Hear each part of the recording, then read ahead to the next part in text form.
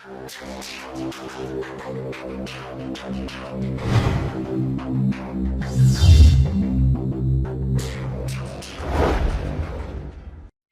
কেমন উগ্র জীবনযাপন করছি এটা কি আপনারা জানেন না? আমার চলাফেরা, আমার পোশাক আশাক, আমি কিভাবে চলাফেরা করি এটা তো সবাই জানে। উনি বলতেছে আমি নাকি নাটক করছি। আপনারা কি আমাকে কোনো নাটক সিনেমাতে পাইছেন?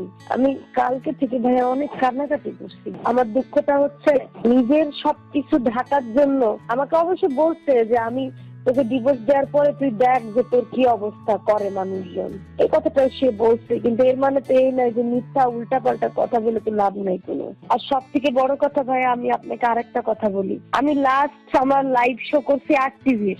এখন বিষয়টা হচ্ছে আমি লাস্ট শো যে আর টিভির করছি, আপনি জিনিসটা দেখেন, আমি একজন শিল্পী, আমাকে যখন একটা চ্যানেল থেকে ফোন করা হয়, বলা হয় যে আপা আপনার একটা লাইভ শো করে দেন, আমার গুরুজির সাথে আমি লাইভ প্রোগ্রাম করছি রাত 2টা পর্যন্ত। এখন বিষয়টা হচ্ছে দেখেন, টেলিভিশনে যে লাইভ গুলো হয় এটা তো রাত্রেবেলাই প্রোগ্রাম হয়, তাই না? তো বিষয়টা হচ্ছে তার মানে যে এই যে এত এন্টারটেনমেন্ট বাংলাদেশে, খবর বলেন, প্রোগ্রাম বলেন, সব তো রাতের প্রোগ্রাম হয়, তার মানে যে আমি এই যে আমার ফ্যামিলি সহ আমার আমার আব্বু আমার মামা, আমার গুরুজি সবাই ছিলেন আমার সাথে, আমার মিউজিশিয়ান ছিলেন, প্রজাপনের লিজা ছিলেন, সবাই ছিলেন। তো এই যে আমি প্রোগ্রাম করছি রাতের বেলাতে, এই প্রোগ্রাম করার মানে যদি নোংরামি করা হয়, তাহলে সে যদি আমাকে এইগুলা কথা দেয় তাহলে আমার কিছু বলার নাই। কারণ আমি যখন প্রজাপন হয়েছি তখনও কিন্তু এনটিভিতে আমি একের পর এক রাউন্ড পাড়ি দিচ্ছি এবং প্রোগ্রাম করে কিন্তু আমি এই জায়গায় আসি। এই মানুষটার জন্যই কিন্তু আমি এতদিন কোনো টোগ্রাম করিনি। তো টাকার পেছনে ছুটলে তাহলে আমি টোগ্রাম বাদ দিয়ে তার সংসার কেন করলাম? আমার এইরকম একটা ক্রেজনেস, একটা অবস্থায় আমার একটা মানে আমি একটা এইরকম মানে ক্লোজ আপ অন হলাম, আমার অবস্থানে থাকার পরে সব বাদ দিয়ে তাহলে সংসার কেন আঁকড়ে ধরলাম বলেন তো? উনি যে এইসব কথা পত্রিকাতে স্টেটমেন্ট দেন, তো দেওয়ার আগে তো তার ভাবা উচিত। সে আমাকে মেয়েটাকে দেখতে দিচ্ছিল না 3 মাস, তারপরে আমি অনেক কান্নাকাটি করছি এবং আমি বলছি যে এটা আমার অধিকার, তুমি যদি আমার এই অধিকার থেকে আমাকে ইয়া করো, তাহলে আমি একজন মা হিসাবে, আমি একটা মেয়ে হিসাবে না, আমি মা হিসাবে আমার মেয়ের জন্য লড়বো। আমার যেখানে যাওয়ার দরকার আমি যাব। আর তুমি আমার বাচ্চাটাকে নিয়ে সে সোশ্যাল মিডিয়াতে আমাকে পচানোর জন্য সে নিউজ লিখছে যে আমি বাচ্চাকে ফালাইছি, আমি নাকি চলে গেছি আমার ক্যারিয়ারকে ভালোবেসে। নো, নেভার, দিস ইজ রং।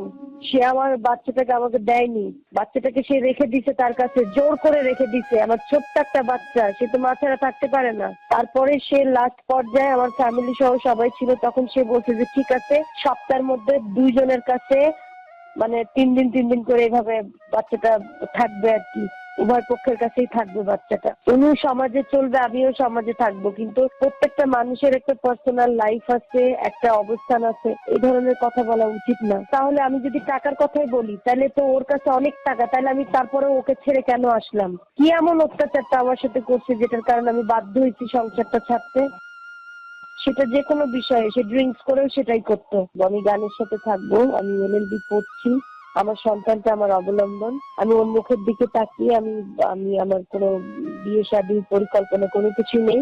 আমি আমার আমার গান, আমার আমার সন্তান, আমার আমার বাবা মাও আমার কাছে আমার সন্তান। তো আমি সবাইকে নিয়ে এবং আমার যত দর্শক আছেন তাদের ভালোবাসায় আমি এগিয়ে যেতে চাই। সুসাইড করতেও গিয়েছিলাম, কয়েকবার করতে গিয়েছি সমাজের ভয়ে, যে এই যে নিউজ গুলা হচ্ছে, আসলে সবারই তো একটা ব্যক্তিগত পার্সোনাল লাইফ আছে। আর আমি মিডিয়া বলে যে আমার চরিত্র বলতে কিছু থাকবে না বা আমি একটা ভালো মেয়ে, এটার তো কোনো কথা নয়। এটার কারণে, এগুলো না হওয়ার কারণে কিন্তু আমার এইসব পদক্ষেপ গুলো ছিল। এবং সে যে রং কাজটা করছে এটা একদম উচিত নয়। একটা কথাই বলবো ভাই, আমি ওকে অনেক ভালোবাসি, অনেক ভালোবাসি। আমি ওকে ছাড়া কিছু বুঝিনি, আমার পুরো পৃথিবীটা জুড়েই ওই লোকটা ছিল। সে আমার সাথে এরকম করবে আমি জানি না। আমার আল্লাহ হয়তো বা আমার আল্লাহর উপরে ভরসা রাখতেছে, আর কিছু বলার নেই। একটা বারো তার মনে হচ্ছে না যে আমার একটা ছোট্ট বউ, একটা ছোট্ট বাচ্চা, আমি আজকে পৃথিবীর সামনে তাদেরকে হাস্য করে রেখে দিচ্ছি। আমাদের ডিভোর্স আছে 1 সপ্তাহ হচ্ছে, আমি কোথাও বলিনি, কারণ তার সামনে নির্বাচন আছে, তার অনেক ক্ষতি হবে বলে তার ক্ষতিটার কথা চিন্তা করছি। নিজের কথা একবারও ভাবিনি। 20 লাখ টাকা দিয়ে কি ইজ্জত পাওয়া যায় ভাইয়া? সেও তার নিজ উদ্যোগে ডিভোর্স করছে এবং টাকা পয়সাটাও সে আমাকে বুঝাই দিছে যে টাকা দিয়ে দিলাম এবার ডিভোর্স করে, এরকম একটা ব্যাপার। লাস্ট পর্যন্ত ট্রাই করে গেছে আর বলছি যে শিবলি তুমি একবার শুধু বলো আমাকে ভালোবাসবা, আমার হাতে হাতটা রেখে অন্য সমস্ত কিছু খারাপ জিনিসগুলো ছেড়ে দিবা, আমার সাথে এরকমটা করিও না, তাহলে আমি সব ছেড়ে দিয়ে তোমার সঙ্গে থাকবো। শেষ রক্ষাটা আমি করতে পারিনি ভাইয়া। সে বলছে যে না, সবকিছু ছাড়তে হবে এবং সেটাও বলছে যে সে যদি বিয়েও করে আমার নাকি সেটা আর কোনো মন্তব্য থাকবে না, বিয়ে করলে করবে, আমি নাকি তাকে কিছু বলতেও পারবো না। তাহলে এ কেমন জীবন? আমার কোনো অস্তিত্বের মূল্য থাকবে না। আমি দিনের পর দিন রাতের পর রাত তার জন্য অপেক্ষা করছি বাসায়, তাকে আমি কাছে পাইনি। সে আমার ভালোবাসার মানুষ, আমি তাকে কখনোই আমার কাছে পাওয়া সম্ভব ছিল না।